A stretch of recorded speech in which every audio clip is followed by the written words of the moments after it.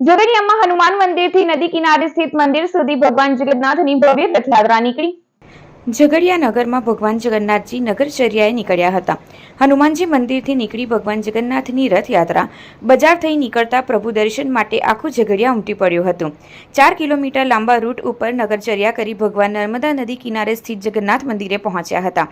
રથમાં ભગવાન શ્રી કૃષ્ણ, ભાઈ બળદેવ અને બહેન સુભદ્રાને બિરાજમાન કરાયા હતા।